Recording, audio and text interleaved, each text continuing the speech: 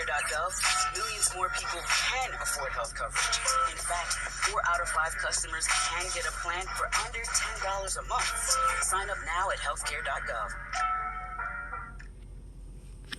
At least 45 people were shot, 4 of them killed, including the Chicago police officer since last night. And according to the Chicago Sun-Times, so far this month, 155 people have been shot in gun violence across the city. And I'm going to start with Giano in this, but I want to just kind of clarify for context very quickly. You talk about the Sun-Times article. That article was posted at 6:11 this morning. So from 7 o'clock last night until 6:11 this morning, 11 hours and 11 minutes, 45 people were shot. That's more than 4 people per hour. And if anybody doesn't think that Chicago, the South Side, the West Side are war zones at this point in time, they need to look at the numbers again. You're from Giano, and I know this is very personal to you.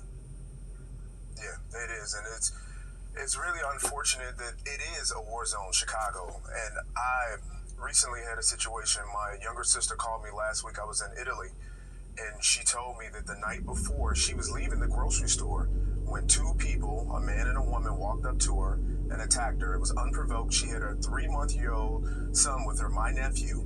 They beat her down to the ground, kicked her in the face, kicked her in her stomach, and then pulled a gun out on her and told her that they would kill her and her son.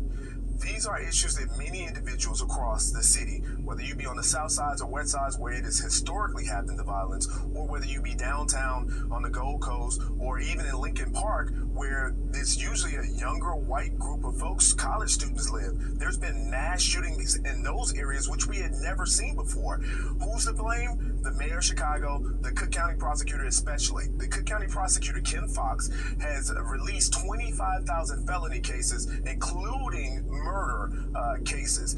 There was an analysis by the Sun-Times also that showed in the last 6 years, over 1,000 shootings, almost 150 people who died from those shootings. 2 convictions out of over 1,000 people. This is not an American city. The leadership needs to be kicked out, and the residents of Chicago have to start telling on the people who are committing the crimes. Snitching needs to be the new season in Chicago.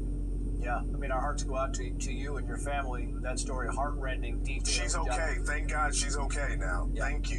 That is good news. But you bring up great numbers, and you talk about murderers being released. I mean, they're running out of ankle bracelets. They're releasing murder suspects in Chicago and running out of ankle bracelets. So in some cases, you have murder suspects just wandering around with no checks, with no observation at all. And Abby, you listen to the police officers who are under fire and the people in these neighborhoods under fire. I want to play this soundbite from the Rev Eugene Rivers on the problem of the violence, and then get your response. Black on black violence is a problem. You can't say that you're for, say, Black Lives Matters, which is ridiculous, and then refuse to confront the fact that black people are killing black people. Then you want to defund the police. That's absurd. It's irresponsible. And any politician that suggests that should be defunded.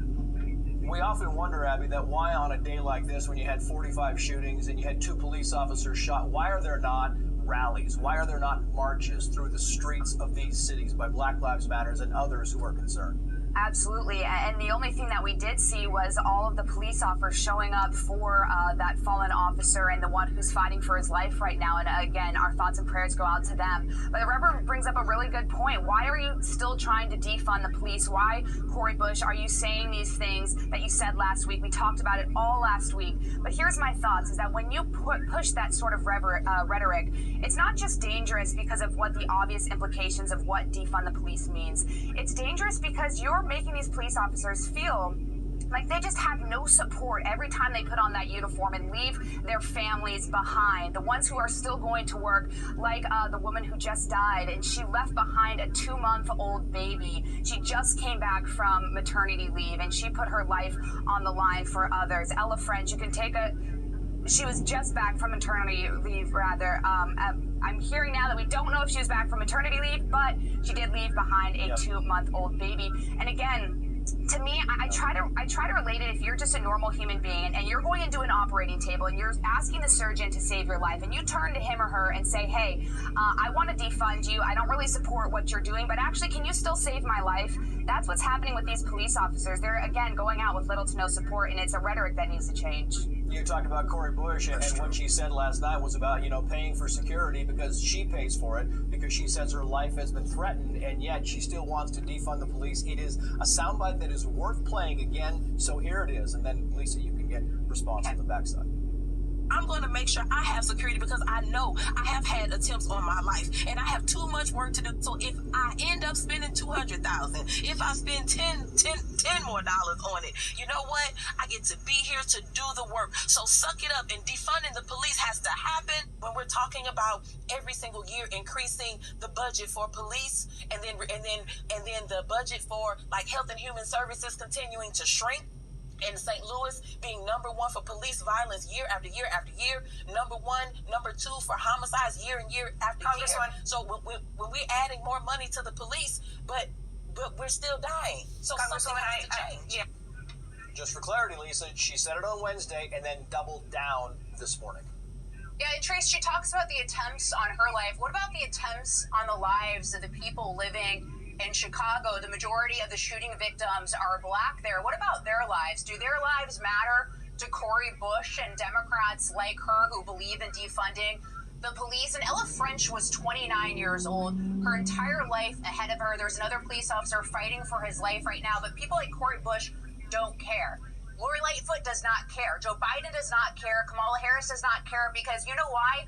They have made police officers the target in America. They have glorified criminals while making cops the bad guys. Jacob Blake, Kamala Harris said she was proud of him. A man who sexually assaulted a woman showed up at her house again, pulled a knife on police officers, but she's proud of him. Is that someone that we should be proud of as a society? Cities like New York putting up statues of George Floyd, a man who, along with his friends, robbed a house and put a gun to a woman's stomach. Is that someone we should be lionizing as a society? Do you start to see the problem of why we have criminals acting with impunity and police officers who are being gunned down in our streets? We need to rethink this thought process, and Democrats are to blame, particularly the ones who have called for defunding the police in America. What do you think, Jono? Last thoughts on this. Is it that they don't care, or is it that they don't know what to do? I mean, this has been a problem that's been underway for a long time in Chicago. What are your final thoughts on this?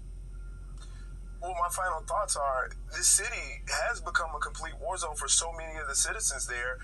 You should be more tough on crime instead of lenient. So why would you drop 25,000 felony cases, including murders, Kim Foxx, if you really cared? That's a really principal point that Lisa made there. And I don't believe that they really care in the way that they should to change the dynamics for many of the residents that are in the city of Chicago. Hey, Sean Hannity here. Hey, click here to subscribe.